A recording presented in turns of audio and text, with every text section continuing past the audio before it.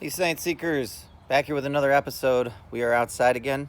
I'm going to be taking you over to what we call a rain garden and explain what that is. We used our mulch to create the path for it, and I'm going to show you kind of what's going on.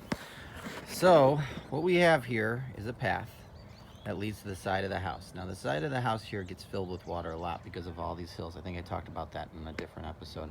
A rain garden is a way that you create your garden to basically, wherever there's a wet area, you plant a bunch of native plants, and those plants then grow up and suck up the water like a sponge naturally, and they filter the water before it makes its way down into the sewer. So rain gardens ultimately are like mini little wetlands. So all of this right here, what you're looking at, will grow in the springtime into some beautiful different water tolerant plants. Okay, we have them on this side. It's a little bit higher ground, so a little bit different. This is more of a prairie, but both of these pieces of land contain 100% native species, and all those native plants are important because they're used to the habitat. They're used to the rain and the sun and the heat that we get here in Illinois. So what's going to happen is they're going to suck up all the water and have it not flood and rush over to the side of the house, which is not what you want. Mr. Pfeiffer's basement over here gets flooded sometimes because of all of the water coming from all of these different houses and from this hill. So the rain garden is important. This is what we call a sedge. It's a very popular plant that works its way into wetland areas. Sedges have edges, and this one's actually seeding. See that? That's a little piece of seed right there coming off of it. And they love the water. They're going to grow up in the water and then spread very well. They're very hardy, but they're not going to grow in dry areas. So it's important you plant the right kind of plants that are native in the right area of your rain garden.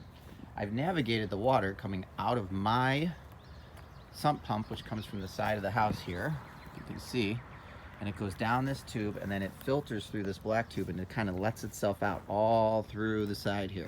So it kind of waters naturally. It's like a natural sprinkler that's watering the plants, and it releases the water throughout all of this, so that by the time it gets to the end, you're not spitting it all out into a big puddle of mush. You actually have it slowly releasing its way through the rain garden.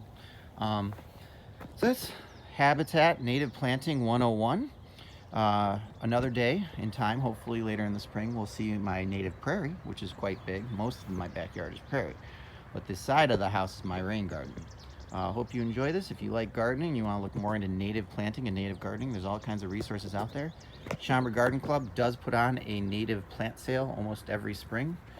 Don't know about this spring, but keep your eyes out for something like that too. Help out your parents, get outside on this beautiful day and try and make the best out of every day you have at home. Okay, kids? Take care.